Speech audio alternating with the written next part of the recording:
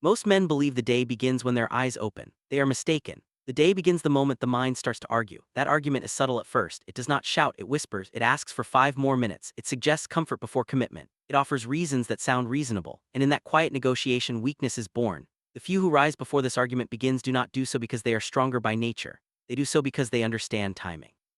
They move before the enemy has time to draw its blade. When you wake and remain still, the mind awakens faster than the body. It immediately searches for escape routes. It remembers yesterday's fatigue, tomorrow's uncertainty, and today's inconvenience. If you listen, you will hear it constructing a story that allows delay without guilt. This is not rest. This is surrender disguised as mercy. The disciplined do not debate with this voice. They rise before it finishes its first sentence. I learned long ago that hesitation is not a pause, it is a decision made by fear. The body is neutral at waking, it has not yet chosen comfort or effort. The moment you hesitate, the mind chooses for you. That is why the act of rising must be immediate, not violent, not rushed, simply unquestioned, feet to the ground, breath steady, spine upright, action without commentary. This is how authority is established.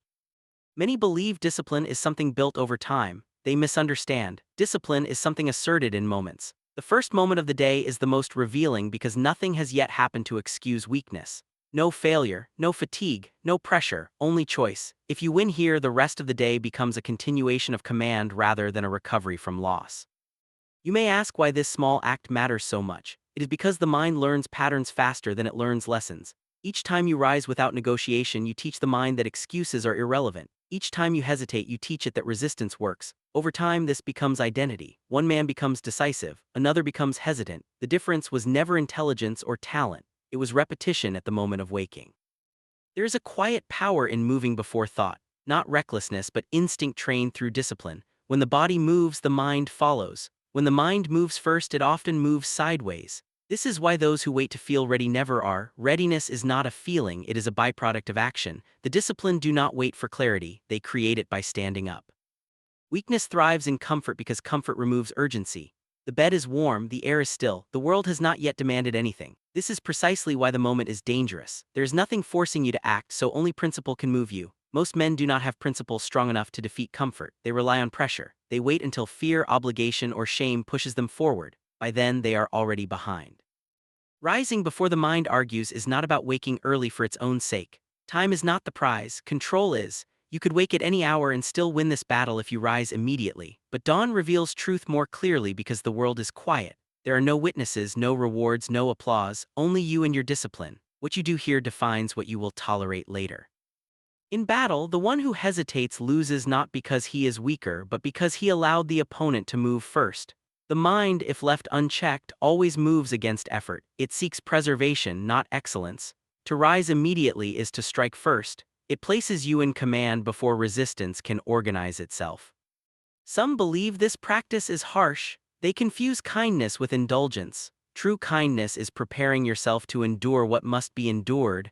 Rising immediately is not cruelty to the self, it is respect for your potential. It is a reminder that you are capable of action without permission from comfort. As days accumulate, something changes. The mind becomes quieter at waking, not because it agrees, but because it has learned that negotiation is useless. Silence replaces argument, movement replaces doubt. This is not suppression, it is alignment. The body and mind begin to move in the same direction. Men often search for confidence as if it is hidden somewhere ahead of them. Confidence is built behind you through evidence. Each morning you rise without delay, you place another stone beneath your feet.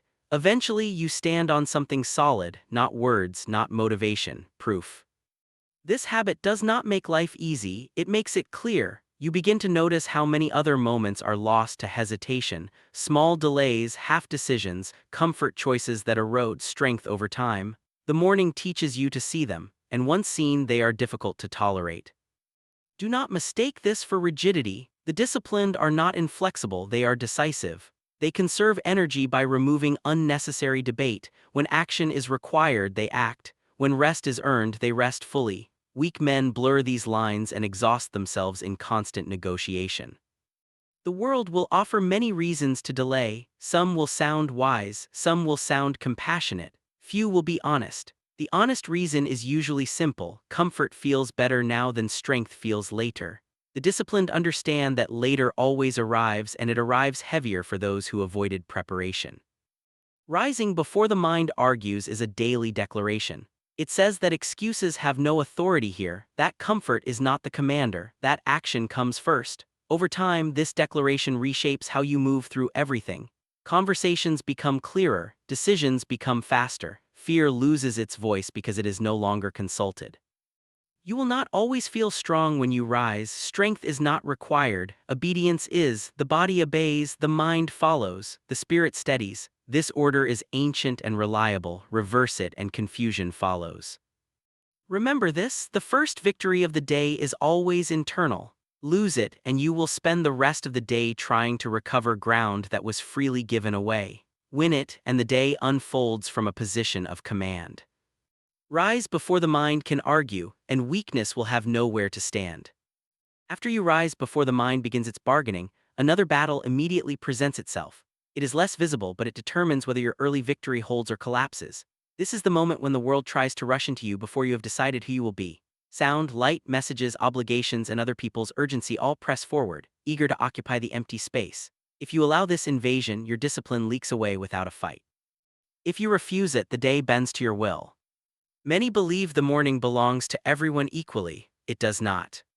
It belongs to the one who claims it first. The weak wake and open themselves immediately to noise. They reach outward before they have looked inward. They receive before they decide. By the time they begin to act, they are already reacting to a rhythm set by others. They mistake motion for progress and busyness for control. In truth, they have surrendered their most valuable ground.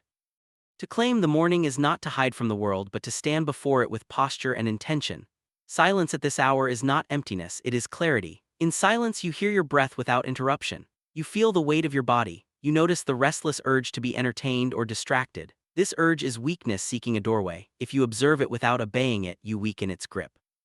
The world teaches men to begin their days by consuming news, voices, opinions, images. This consumption creates a posture of dependence. You begin to believe that direction comes from outside. The disciplined reverse this order. They begin by producing alignment. Breath first, movement next, stillness where thought can settle. Only then do they engage. When information enters a prepared mind, it becomes a tool. When it enters an unprepared one, it becomes a burden. Movement in the morning is a declaration.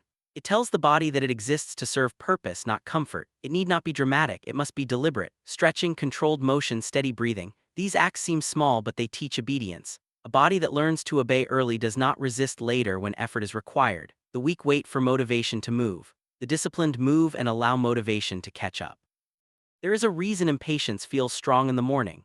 The mind is used to stimulation. Remove it and the mind protests. It seeks escape through urgency. It tells you that you must hurry, that something is waiting, that time is being wasted. This is illusion. Time is not wasted in preparation. Time is wasted in recovery from disorder. The man who rushes his morning spends the rest of the day repairing mistakes made in haste. Claiming the morning also teaches restraint. Restraint is not weakness, it is stored power. The ability to wait without anxiety is a sign of control. When you sit in silence without reaching for distraction, you strengthen this muscle. Over time, pressure loses its ability to provoke rash action. You respond when response is required, not when impulse demands it. The morning is honest because nothing has yet gone wrong. No excuses are valid here. Fatigue has not been earned, stress has not been applied. If you feel resistance now, you are seeing yourself clearly. This honesty is rare. Most men live inside noise because noise hides truth. Silence exposes it. The disciplined prefer exposure because it allows correction. When the first hour is claimed, the rest of the day behaves differently. Interruptions feel smaller. Problems appear more manageable. This is not because the world has softened, but because you have already established control within yourself. You are not scrambling to find footing, you are already standing. Many believe strength is loud and aggressive. They think they must attack the day with intensity to prove seriousness. This often masks lack of control. True strength is calm. It does not rush to announce itself. It prepares quietly and moves decisively when needed. The man who has claimed his morning does not need to convince anyone. His presence does the work. Comfort is most dangerous when it feels deserved. The morning offers comfort freely without effort. This is why it must be refused, not violently but consistently. Each refusal sharpens the edge, each indulgence dulls it. Over time, the difference becomes visible in posture, in speech, in the way a man carries pressure. Claiming the morning is also an act of respect for whatever path you have chosen. It says that your craft, your duty, your ambition deserve your clearest hours, not the scraps left after distraction. Weak men give their best attention to trivialities and their remaining energy to what matters. The disciplined reverse this order without complaint. When you allow the world to enter only after alignment, you are not detached, you are prepared. Demands do not shock you. Chaos does not scatter you. You have already stood still while the day was quiet. Noise loses its authority over a mind that has known silence. This practice compounds. Days turn into weeks. Weeks turn into character. The mind begins to anticipate command instead of argument. The body responds faster. Decisions require less force. You move through the day with fewer corrections because fewer mistakes are made at the beginning. Many search for confidence in achievement. They believe victory builds certainty. In truth, certainty is built in preparation. Achievement is merely its expression. The morning is where certainty is trained, quietly, repeatedly, without witnesses. If you fail to claim the morning, you will feel it all day. A subtle tension, a sense of being late to your own life. You will chase focus, energy, and clarity without realizing they were available at dawn and were freely surrendered. This chase exhausts men more than labor ever could. Claim the morning and you do not need to chase. You begin ahead. The world may still challenge you, but it will not control you. Pressure may rise, but it will meet resistance already in place. The first hour decides who commands whom. Take it and the day answers to you.